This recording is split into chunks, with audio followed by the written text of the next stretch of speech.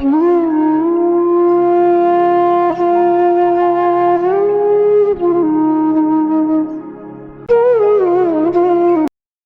विद्यासागर जी के गुरु आचार्य ज्ञान सागर जी जो गुरुनाम गुरु थे वो किनके शिष्य थे? ये पहला प्रश्न है। आचार्य शांति सागर जी महाराज के शिष्य हुए पहले वीर सागर जी, फिर उनके प्रथम शिष्य थे शिव सागर जी, और आचार्य शिव सागर जी के प्रथम शिष्य के रूप में आचार्य ज्ञान सागर जी महाराज थे। अगला प्रश्न है, आचार्य ज्ञान सागर जी महाराज का गृहस्थ अवस्था का परिचय बताइए। गृहस्थ अवस्था में आपका नाम भूरामल जी था, जैसे दूसरा नाम उनका शांति कुमार था। इनकी माता का नाम घृतवरी, पिता का नाम चतुर्भुज। इनका जन्म 1891 में हुआ था और वो नगर था राणौली, जो जिला सीकर में था, जो राजस्थान में है। इनकी प्रारंभ शिक्षा अपने ही गांव में हुई और शास्त्रीय स्तर की शिक्षा इन्होंने स्यादवाद महाविद्यालय बनारस से प्राप्त की। अगला प्रश्न है, स्यादवाद विद्यालय में पढ़ने के लिए भूरामल जी कब गए थे? वैसे ये रहने वाले राजस्थान के थे। इनके अग्रज गया में व्यवसाय करने के लिए गए हुए थे और ये भी उनके साथ में कुछ आजीविका का साधन ढूंढने के लिए गए थे। और उस गया में वहाँ पर एक सेठ के यहाँ पर कार्य करते थे, लेकिन इनका मन अध्ययन करने का था। और उस गया में बनारस के स्यादवाद विद्यालय के कुछ छात्र वहाँ पर एक समारोह में भाग लेने के लिए आए थे और उनके प्रभावपूर्ण कार्यक्रम को देख करके इनका मन उस स्यादवाद महाविद्यालय में पढ़ने का बन गया। इनके भाई ने उनका समर्थन किया। इस प्रकार से ये बनारस के स्यादवाद महाविद्यालय में पढ़ने के लिए पहुंच गए। अगला प्रश्न है कि सुनते हैं कि उनके जैसा दूसरा छात्र उस विद्यालय को नहीं मिला, ये किस प्रकार से सत्य है? भूरामल जी बड़े स्वावलंबी थे और अपनी पढ़ाई व भोजन के खर्च को वो वहाँ पर जो स्यादवाद महाविद्यालय में दान के माध्यम से आता था उसको वो स्वीकार नहीं करते थे। वो गंगा के घाट पर जाकर के गमछा बेचते थे।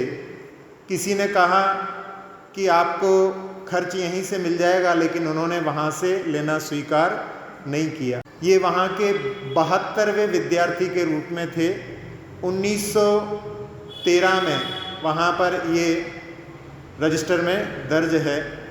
और पंडित कैलाश चंद जी जो वहाँ के अधिष्ठाता थे, उन्होंने कहा कि 70 वर्ष के इतिहास में ऐसी मिसाल दूसरी नहीं है कि किसी छात्र ने वहाँ पर अपने ही अर्जन के माध्यम से अपना अध्यापन किया हो। अगला प्रश्न है, आचार्य ज्ञान सागर जी कैसे थे? आचार्य विद्यासागर जी को देखा है, उनमें और आचार्य ज्ञान सागर जी महाराज में क्या समानता थी? कुछ बिंदुओं पर यदि अपन विचार करें तो देख सकते हैं कि दोनों ही एक दूसरे के प्रतिबिंब जैसे नजर आते हैं। दोनों ही आगम के अनुकूल वृत्ति वाले रहे हैं। एक बार आचार्य ज्ञान सागर जी महाराज के लिए उनको साइटिका का रोग था, तो सिर के नीचे लकड़ी की चौकी लगाने के लिए कुछ श्रावक लेकर के आए और उन्होंने उसको देख करके कहा कि ये तो गड़ेगी, इसमें तो मखमल लगवा लेना चाहिए। और उन्होंने इस प्रकार से मुस्कुरा करके कहा तो श्रावक वहाँ पर समझ गए कि ये आगमनिष्ठ साधु हैं, ये किसी प्रकार का आलम्बन स्वीकार नहीं करेंगे। जो आगम में साधुओं के लिए वर्णित है वही ये स्वीकार करेंगे। इसी प्रकार से आचार्य श्री जी जब राजस्थान से बुंदेलखंड आए और फिर पुनः एक बार किशनगढ़ के पंचकल्याण के लिए जा रहे थे और जयपुर में उनको टाइफाइड हो गया था और बहुत दिनों तक टाइफाइड का वहाँ पर प्रभाव रहा। और जैसे ही वो कम हुआ, जहाँ पर थोड़ी दूर चलने में भी लोग समर्थ नहीं होते हैं, उस समय में आचार्य श्री ने किशनगढ़ के लिए वहाँ पर विहार किया। लोग वहाँ पर सोच रहे थे कि हम लोग डोली में इनको बिठा करके ले जाएंगे। वो रास्ते में कई बार इस प्रकार की तैयारी में भी थे, लेकिन आचार्य श्री ने उसको स्वीकार नहीं किया। इस प्रकार से उनकी भी वहाँ पर आगम निष्ठापन इसके माध्यम से देख सकते हैं। अगला जो बिंदु है जिस पर हम विचार करें तो दोनों ही आचार्यों के जो गुण होते हैं उसमें एक अल्प कौतुक होता है। आचार्य ज्ञान सागर जी महाराज ने तत्वार सूत्र के 5वें अध्याय के सूत्र द्रव्याश्रया निर्गुणा गुणा, इसमें द्रव्य के आश्रय से जो गुण रहते हैं वो किसी दूसरे गुणों को आश्रय नहीं देते हैं, ये मंतव्य आचार्य उमा स्वामी जी महाराज का है। लेकिन इसके साथ साथ में श्लेष के अर्थ में आचार्य ज्ञान सागर जी महाराज ने कहा कि द्रव्य के आश्रय से यानी धन के आश्रय से जो निर्गुण भी होते हैं वो गुणीवान माने जाते हैं, उनकी भी वहाँ पर पूजा होती है। और इसी 5वें अध्याय का एक सूत्र है उत्पाद वै द्रव्युक्तम सत। आचार्य विद्यासागर जी महाराज ने उसकी व्याख्या की है कि आना जाना लगा हुआ है। आना यानी नई नई पर्याय की उत्पत्ति, जाना यानी पूर्व पर्याय का विनाश, और लगा रहना ये द्रव्य है। पंडित कैलाश चंद जी जब आचार्य श्री के पास आए और जाने लगे, आए थे थोड़ी देर के लिए, कुछ घंटों के लिए, और कई दिन रुक करके जब जाने लगे तो आचार्य श्री को नमोस्तु करके कहने लगे कि हम जा रहे हैं। तो आचार्य श्री ने यही वाक्य बोला था कि आना जाना तो लगा हुआ है। तब उनके मन में कि कितने अध्यात्मनिष्ठ ये साधु हैं, ऐसी दृष्टि उनके लिए वहाँ पर प्राप्त हुई थी। अल्प कौतुक की दृष्टि से और भी आचार्य श्री के बहुत सारे ऐसे दृष्टांत हैं। एक बार मुनि श्री प्रवचन सागर जी महाराज ने आचार्य श्री के आगे के दांत टूटने पर कहा कि अब तो आपको आहार करने में परेशानी होती होगी। तो उस समय में आचार्य श्री ने कहा कि हमारा शोरूम भले ख़राब हो गया हो, हमारा गोडाउन अच्छा है, हमारी दाढ़ें अच्छी हैं, इसके माध्यम से वो वहाँ पर माहौल को खुशनुमा बनाने में माहिर हैं। अगला प्रश्न है शब्दों के, अगला बिंदु है कि शब्दों के खिलाड़ी, दोनों ही शब्दों के जादूगर जैसे अपन देख सकते हैं। आचार्य ज्ञान सागर जी महाराज की रचनाएं, जिसमें संस्कृत में भी उन्होंने ऐसे गेयता के साथ में रचनाएं की हैं कि उनको अच्छी तरह से गाया जा सकता है। तुकांत रचनाएं संस्कृत में भी जैसे लोग हिंदी में करते हैं वैसी ही रचनाएं उन्होंने अपनी संस्कृत में की हैं। और आचार्य श्री का मूक माटी, जिसमें भी कई समीक्षा करने वालों ने उनको शब्दों का जादूगर ही कहा है। अगला बिंदु है कि आवश्यक जो रहते हैं साधुओं के, उनके प्रति दृढ़ निष्ठा। आचार्य ज्ञान सागर जी महाराज को साइटिका का रोग था, लेकिन तीनों संध्या काल में वो पद्मासन लगा करके, भले ही शरीर में कितनी भी पीड़ा हो, लेकिन वो अपनी आवश्यक सामयिक के लिए बड़े ही दृढ़ होकर के करते थे।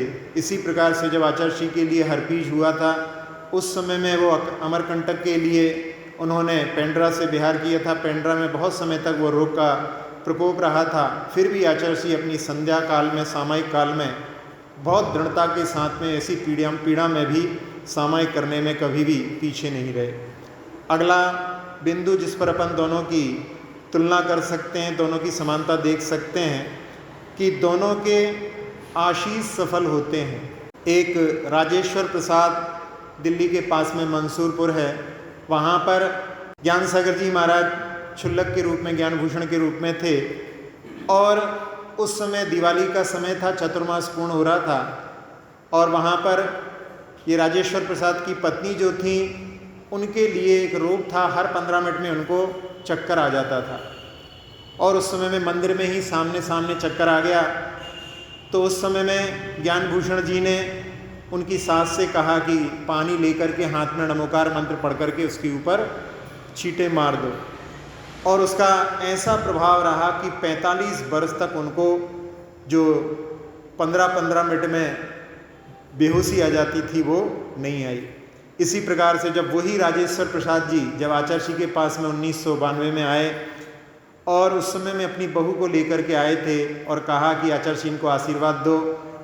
3 महीने का भी इनका गर्भपात हो चुका है, 6 महीने का और 9 महीने का बच्चा भी नहीं बचा है। इस प्रकार से ऐसी स्थिति में हम लोग बड़े निराश हो गए हैं। और जो ज्ञान सागर जी महाराज से जुड़े हुए थे, उनको आचार्य विद्यासागर जी महाराज ने दोनों हाथों से भरपूर आशीर्वाद दिया। फिर 1993 में उनके यहाँ पर बहुत सुंदर पुत्र उत्पन्न सफलता के साथ में हो गया। तो दोनों के ही सफल आशीष हैं। इस दृष्टि से अपन देखें तो इन बिंदुओं पर, और भी वैसे बहुत सारे बिंदुओं पर हम विचार कर सकते हैं, वहाँ पर एक दूसरे के प्रतिबिंब नजर आते हैं। अगला प्रश्न है आचार्य ज्ञान सागर जी महाराज ने महाकाव्य कब लिखे हैं? जब उन्होंने भूरामल की अवस्था में, पंडित भूरामल की अवस्था में वहाँ पर शास्त्री करके जब वो अपने गांव राणौली लौट आए, तब उन्होंने साहित्य साधना की और उस समय में उन्होंने चिंतन, लेखन, मनन के माध्यम से अनेक ग्रंथों की रचना की, संस्कृत में भी और हिंदी में भी। और ऐसे रचनाएं की हैं कि वर्तमान शताब्दी में ऐसी रचना करने वाले कोई दूसरे दिखाई नहीं देते हैं। मूर्धन्य विद्वानों ने भी ऐसा माना है कि ऐसे विद्वान कई शताब्दियों से इस धरा पर नहीं हुए हैं। काशी के दिग्गज विद्वानों ने तो ये प्रतिक्रिया की थी कि इस काल में भी कालिदास, माघ, कवि की टक्कर लेने वाले विद्वान हैं। यह जानकर के बड़ी प्रसन्नता होती है। और कुछ विद्वानों ने तो यहाँ तक कहा था कि यदि ऐसे विद्वान हमारी समाज में होते तो हम उनको धरती पर पैर नहीं रखने देते। इतना आदर उनके ज्ञान के प्रति उन्होंने प्रकट किया था। अगला प्रश्न है, पंडित भूरामल जी ने मुनि दीक्षा कब ली थी? 22 जून 1959 को जयपुर खानिया जी, जो चूलगिरी कहलाता है, वहाँ पर आचार्य शिव सागर जी के प्रथम शिष्य के रूप में आप दीक्षित हुए थे। पंडित भूरामल जी बहुत समय तक दीक्षित नहीं हुए, उसमें क्या कारण था? इनकी माता घृतवरी ने ऐसे उनसे वचन लिया था कि जब तक वो जीवित रहेंगी तब तक दीक्षा नहीं लेना, इसलिए वो बहुत समय तक रुके रहे।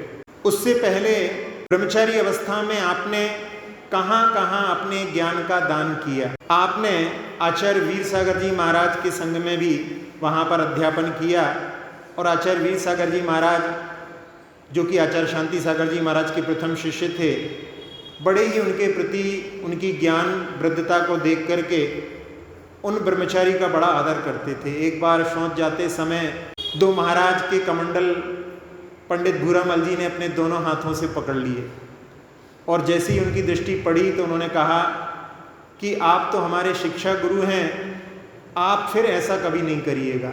आप सारे संघ को पढ़ाते हैं, अध्ययन करते हैं। उनके प्रति उन्होंने इस प्रकार से आदर वहाँ पर व्यक्त किया था। आपने आचार्य शिव सागर जी के संग में भी पढ़ाया, आचार्य धर्म सागर जी को भी पढ़ाया है, आचार्य अजित सागर जी महाराज को भी पढ़ाया है। अगला प्रश्न है, आचार्य धर्म सागर जी से आचार्य ज्ञान सागर जी महाराज के मिलन की कोई विशेष घटना बतलाइए। जब आचार्य धर्म सागर जी से आचार्य ज्ञान सागर जी का मिलन हुआ था, उस समय में मुनि विद्यासागर जी उनके साथ में थे और जब दोनों का मिलन हुआ, लोग सोच रहे थे कि कौन ऊंचे आसन पर बैठेगा। और जब दोनों आचार्यों का मिलन हुआ, दोनों ने एक दूसरे के हाथों को पकड़ करके और समान आसन पर दोनों वहाँ पर विराजमान हो गए।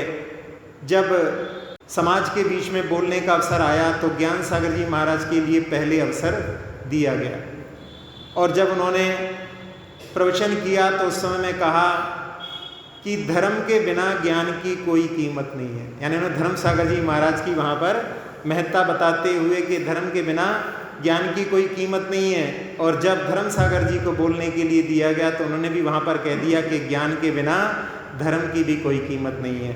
और उस समय उन्होंने कहा कि ये तो हमारे शिक्षा गुरु हैं, इन्होंने हमको अध्यापन कराया है। इस प्रकार से बड़ा ही वात्सल्य का माहौल वहाँ पर लोगों के लिए दृष्टिगोचर हुआ था। ब्रह्मचारी भूरामल जी ने दिल्ली के चातुर्मास में क्या विशेषताएं प्रकट की थी? पंडित भूरामल जी जब उन्होंने ब्रह्मचर्य व्रत ले लिया था तब उस समय में भी वो चातुर्मास आदि करते थे, जहाँ भी जाते थे वहाँ पर वर्षा योग में और कहीं नहीं गमन करते थे। तो उस समय में उन्होंने दिल्ली में भी कई बार चातुर्मास किए। एक बार उन्होंने चातुर्मास में वहाँ पर समय सार का अध्यापन कराया और समय सार का अध्यापन कराते कराते उन्होंने बहुत सारे लोगों को उपदेश के माध्यम से वहाँ पर चारित्र के पथ पर अग्रसर किया। दिल्ली जैसे महानगर में भी बहुत सारे लोगों ने प्रतिमाएं धारण की, व्रतों को अंगीकार किया और उनका चातुर्मास बहुत अच्छी तरह से संपन्न हुआ। फिर 2-3 साल और कहीं घूमने के बाद में पुनः उनका वहीं पर आना हुआ।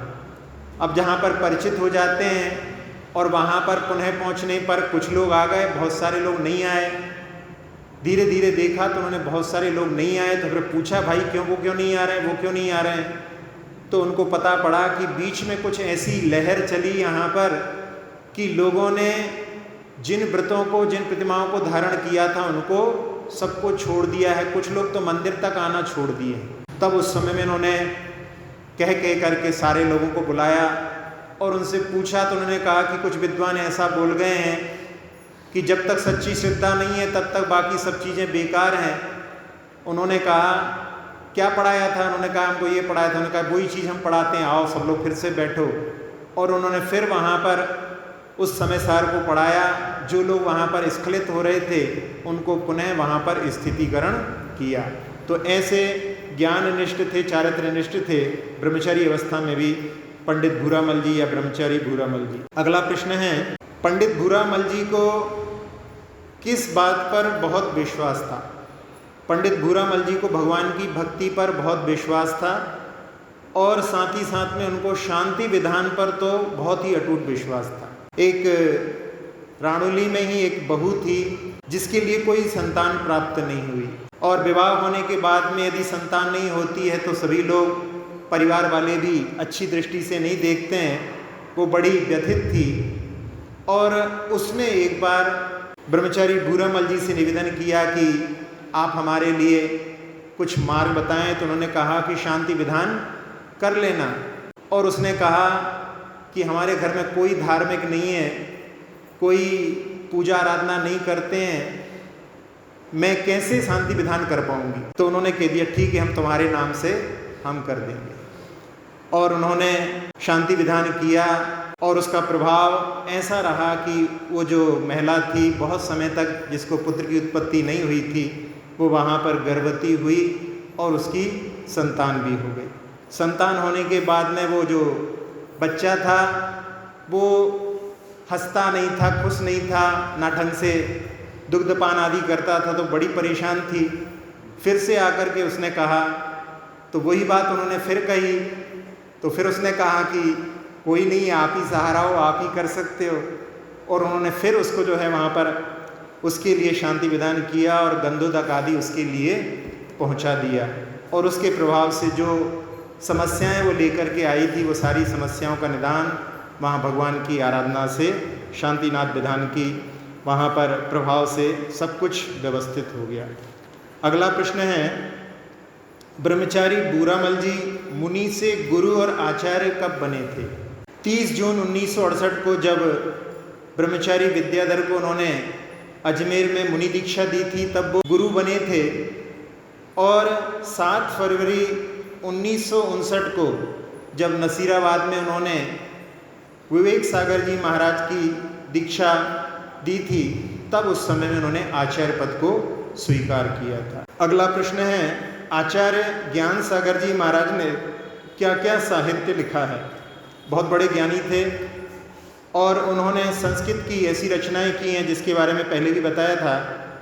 उन्होंने सबसे पहला काव्य जयोदय काव्य लिखा। उस महाकाव्य को लोग समझ नहीं पाते थे, तो फिर बाद में उन्होंने मुनि अवस्था में, ये तो ब्रह्मचारी अवस्था में ही लिख दिया था, फिर बाद में मुनि अवस्था में उन्होंने इसकी सोपग्र टीका लिखी, यानी उसकी टीका स्वयं लिखी, उसकी हिंदी भी स्वयं की। और उनके महाकाव्यों में एक दयोदय और वीरोदय, चरित्र काव्यों में सुदर्शनोदय, भद्रोदय, मुनि मनोरंजना शीति, जैन सिद्धांत को बतलाने वाला एक सम्यक तो सार शतक, धर्मशास्त्र में उन्होंने प्रवचन सार की टीका लिखी है हिंदी, और समय सार की भी हिंदी टीका जयसेन स्वामी की टीका की है, और तत्वार सूत्र को भी उन्होंने हिंदी में एक टीका की है। हिंदी में भी उन्होंने चरित्र काव्य में ऋषभावतार, भाग्योदय, विवेकोदय, धर्मशास्त्रों में कर्तव्य पथ प्रदर्शन, सचित्त विवेचन, मानव धर्म, कई ग्रंथों के उन्होंने पद्यानुवाद भी किए हैं, जिसमें देवागम, स्तोत्र, नियम सार, अष्टपाहुड़ और अन्य में स्वामी कुंद कुंद के ऊपर सनातन जैन धर्म और धर्म विवाह विधि भी उन्होंने बतलाई है। अगला प्रश्न है, आचार्य ज्ञान सागर जी के पूर्व परिवार के लोग क्या दर्शन करने के लिए आते हैं? भूरामल जी जो थे वो 5 भाई थे और उसमें भूरामल जी दूसरे नंबर के भाई थे। बाकी सब भाइयों का परिवार है। बहुत सारे भाई उनके बिहार में रहते हैं। बिहार में एक देवघर है, वहाँ पर रहते हैं और वो आते भी हैं। एक बार वो आए थे तो आकर के आचार्य जी से कहने लगे कि हम आचार्य ज्ञान सागर जी के परिवार वाले हैं। तो आचार्य जी ने सुन कर के अपने गुरु के प्रति बहुमान प्रदर्शित करते हुए कहा कि आचार्य ज्ञान सागर जी के परिवार वाले तो हम हैं, आप तो भूरामल जी के परिवार वाले हो। जब कहा तो उनके चेहरे पर मुस्कुराहट आ गई और उनको वहाँ पर समझ में आया कि आचार्य ज्ञान सागर जी दीक्षित होने के बाद में तो साधुओं का परिवार अलग हो जाता है। इस प्रकार से वहाँ पर वो बड़े ही हर्षित हुए। अगला प्रश्न है, संलेखना के लिए आचार्य अपने संघ को त्याग करके पर संघ में जाते हैं, पर ज्ञान सागर जी महाराज ने ऐसा क्यों नहीं किया? ये विधि होती है संलेखना की कि आचार्य अपने आचार्य पद को छोड़ करके किसी योग्य साधु को आचार्य बना करके अन्य संघ में ममता मोह को त्यागने के लिए चले जाते हैं। यहाँ पर कई मुनियों का, कई विद्वानों का ऐसा चिंतन है कि उन्होंने अपने शिष्य विद्यासागर को सब कुछ सिखा दिया था, कैसे पढ़ाना है, कैसे शिष्यों को भर्ती करना है, कैसे दीक्षा देना है, कैसे संघ चलाना है, किंतु संलेखना कैसे देना है ये नहीं सिखाया। तो उन्होंने सोचा कि मैं स्वयं इनसे संलेखना ले लूँगा तो ये संलेखना में भी निष्णात हो जाएंगे, इसलिए उन्होंने संघ का त्याग ना करके उनसे ही वहाँ पर संलेखना लेने के लिए जो निवेदन किया था। अगला प्रश्न है, ग्रंथों की रचना की प्रेरणा उन्हें कहाँ से मिली? जब वो बनारस के स्यादवाद महाविद्यालय में अध्ययन करते थे उस समय में एक शिक्षक से उनकी चर्चा हुई कि आप जैन शास्त्रों को क्यों नहीं पढ़ाते? तो उन्होंने कहा कि तुम बनियों के पास में महाकाव्य नहीं है, एक चंद्रप्रभ, चरित्र और यशस्तलक, चंपू आदि को छोड़ करके तुम्हारे पास महाकाव्य कहाँ है? तुम लोग केवल आत्मा आत्मा की चर्चा करते रहते हो, चरित्र की चर्चा करते हो। दिगंबरों के पास शब्द ज्ञान नहीं है, शब्द साधना, शब्द सिद्धि नहीं है, त्याग आत्मा परमात्मा करने के अलावा क्या है तुम लोगों के पास? ऐसा सुन करके उस समय में पंडित भूरामल जी ने ऐसा संकल्प कर लिया था कि मैं ऐसे साहित्य का निर्माण करूंगा कि इन लोगों को भी उसके लिए वहाँ पर सम्मति देना पड़ेगी। और उसी समय में उन्होंने वहाँ पर ब्रह्मचर्य व्रत ले लिया था और ऐसे महाकाव्य लिखे जिनके बारे में पहले भी बताया था। बड़े बड़े अंतर्राष्ट्रीय विद्वान जिसमें कि जगन्नाथ पांडे, श्री रंजन सूर्यदेव आदि उच्च कोटि के विद्वानों ने माना है कि ये बड़े ही उच्च कोटि के ग्रंथ हैं। ऐसे प्रेरणा उनके लिए बनारस में प्राप्त हुई थी, इसके माध्यम से ऐसे बड़े बड़े ग्रंथों का उन्होंने सृजन किया।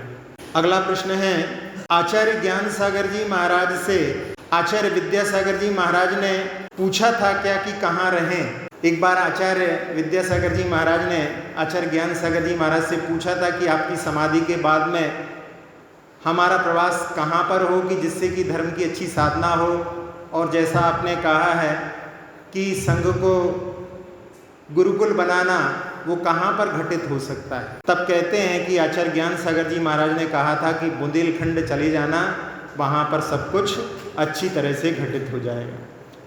अगला प्रश्न है, आचार्य ज्ञान सागर जी की संलेखना के लिए क्यों चिंता थी? संलेखना के लिए आचार्य ज्ञान सागर जी महाराज इसलिए चिंतित थे क्योंकि आचार्य पद पर रहते हुए संलेखना नहीं हो सकती। संलेखना जो छपक लेता है उसको उन पदों को भी छोड़ना पड़ता है, और उस पद को ग्रहण करने के लिए उनके लिए योग्य उम्मीदवार वहाँ पर मुनि विद्यासागर उनके लिए दिखते थे, लेकिन मुनि विद्यासागर जी आचार्य पद लेने के लिए तैयार नहीं थे। जब उन्होंने कहा कि आचार्य पद स्वीकारो तो मुनि विद्यासागर जी ने कहा कि मुनि पद पर रह कर के ही यदि आप साधना करने देंगे तो मेरे प्रति आपकी बड़ी महती कृपा होगी। जब उन्होंने कहा कि आचार्य पद तो त्याग करना है तो उन्होंने कहा कि आप विवेक सागर जी को आचार्य पद दे दें।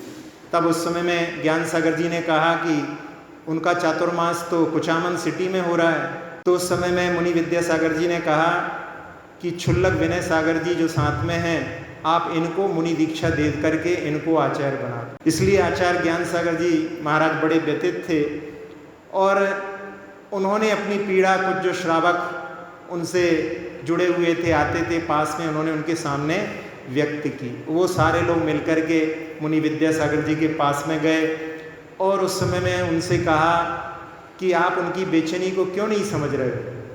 वो ऐसे बेचैन हैं। वहाँ पर ग्रस्त लोग कैसी उपमा देंगे कि जैसे कोई पिता अपनी बेटी के विवाह के लिए बेचैन रहता है कि अब मेरे जाने के बाद में फिर कौन इसका विवाह करेगा, ऐसी उनको चिंता रहती, ऐसी उनको चिंता है कि इस आचार्य पद को और कौन संभालेगा।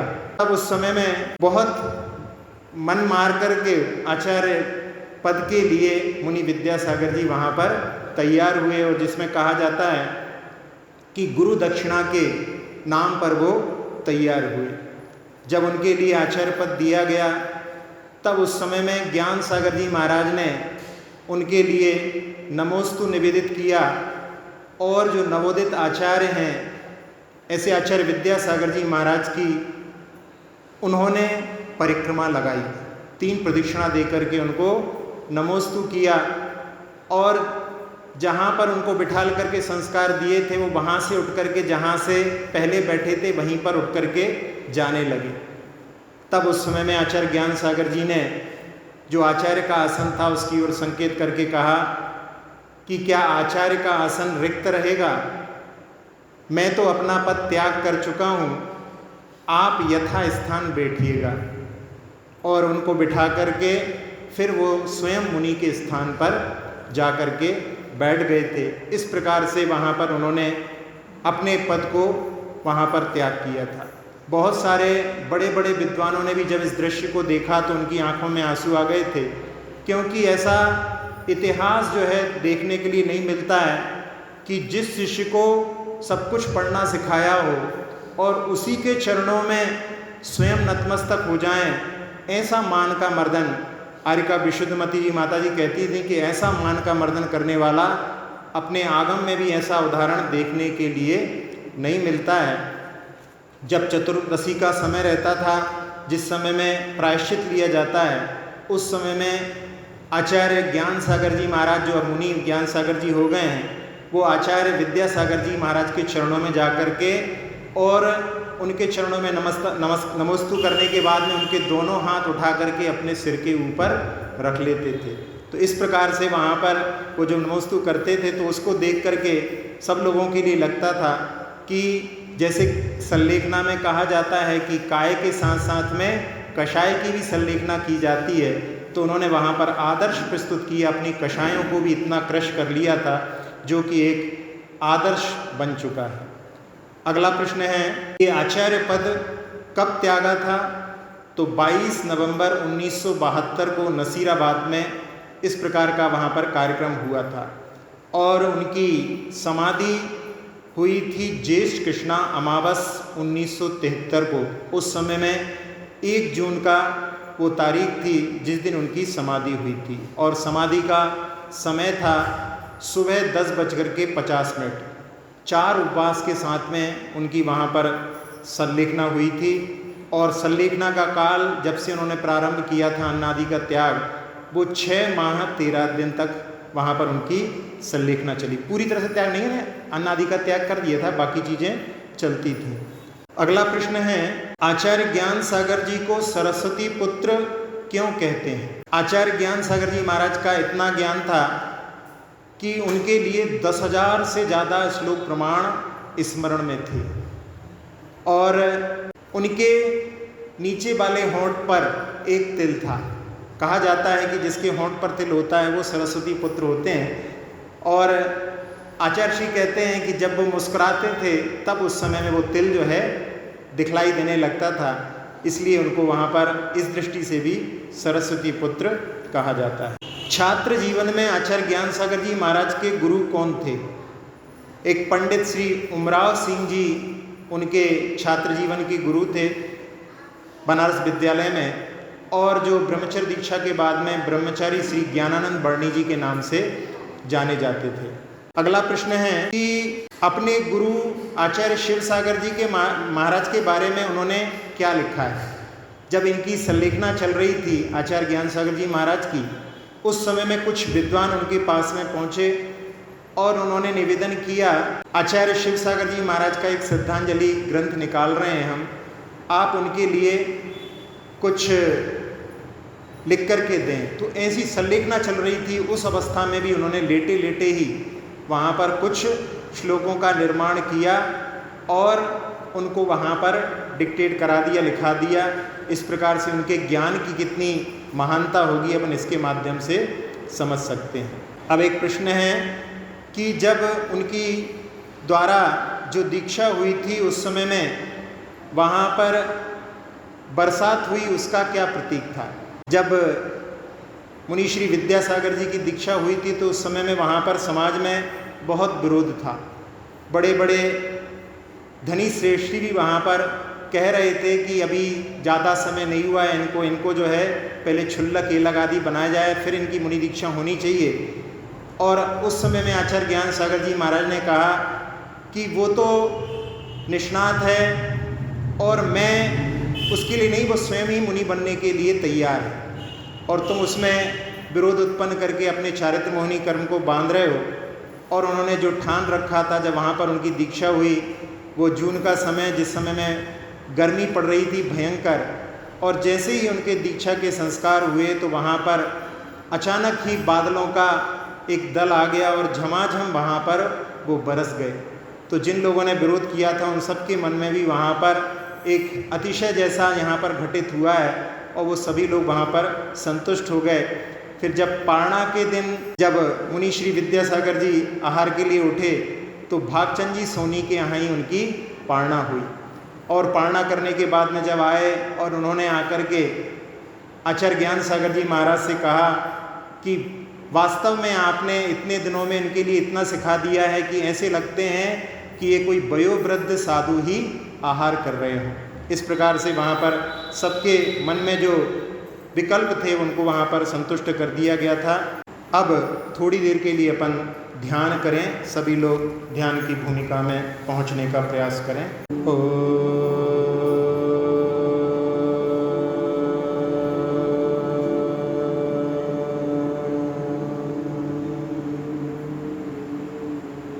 प्रणव मंत्र के माध्यम से मन पूरी तरह से शांत हो चुका है। अपने मन रूपी पंछी को उड़ान देते हुए पहुँचते हैं उस ही पावन स्थली पर जहाँ पर ब्रह्मचारी विद्याधर की मुनि दीक्षा हुई थी। कई हाथियों पर उनकी बिनौली निकाली गई थी। जो महापुण्यशाली जीव होते हैं उनके लिए सहज ही ऐसे संयोग मिल जाते हैं। जब उनकी दीक्षा का समय था वहाँ पर एक बहुत बड़ा सर्कस वहाँ पर पहुँच गया था और उसके हाथियों के माध्यम से उनकी बिनौली बहुत ही एक ऐतिहासिक घटना के रूप में निकाली गई थी। आचार्य ज्ञान सागर जी महाराज ने उनके दीक्षा के लिए वहाँ पर आए हुए लोगों की एक चर्चा सुनी कि यहाँ पर हमने व्यवस्था तो केवल 10,000 लोगों की थी, लेकिन यहाँ पर तो ऐसा लगता है कि 20-25 हज़ार लोग उपस्थित हो गए हैं। अब हम ऐसे में उन सबकी भोजन की व्यवस्था कैसे कर पाएंगे? ये समस्या जब आचार्य ज्ञान सागर जी महाराज के सामने रखी तो उन्होंने कहा कि एक थाली में भोजन सामग्री को जमा करके और यहाँ हमारे पास में ही एक व्यक्ति को शुद्ध वस्त्रों के माध्यम से उसको उस थाली के पास में बैठा दो और जो भी भोजन सामग्री निकाली जाए वो वहाँ पर एक व्यक्ति उसको निकालेगा, लेकिन उसको खोल करके नहीं, उसको ढक करके ही नीचे नीचे से ही उसको निकाल करके देगा। और उसके माध्यम से वहाँ पर जितने लोग आए थे उन सब के लिए वहाँ पर संतुष्टि प्राप्त हुई। कोई भी वहाँ पर भूखा नहीं लौटा। उस स्थल पर जहाँ पर आचार्य ज्ञान सागर जी महाराज ने दीक्षा दी थी, और उस अजमेर नगर में जहाँ जहाँ जिनालय हैं, जिसमें सोनी जी की नसिया भी है, जहाँ पर सोने का बना हुआ समोशरण आदि, नंदीश्वर आदि की रचना है, ऐसे अजमेर नगर के सभी जिनालयों की ऊर्जा को अपनी ओर आह्वान करने के लिए हम सब लोग पुनः एक बार ओम का नाद करेंगे।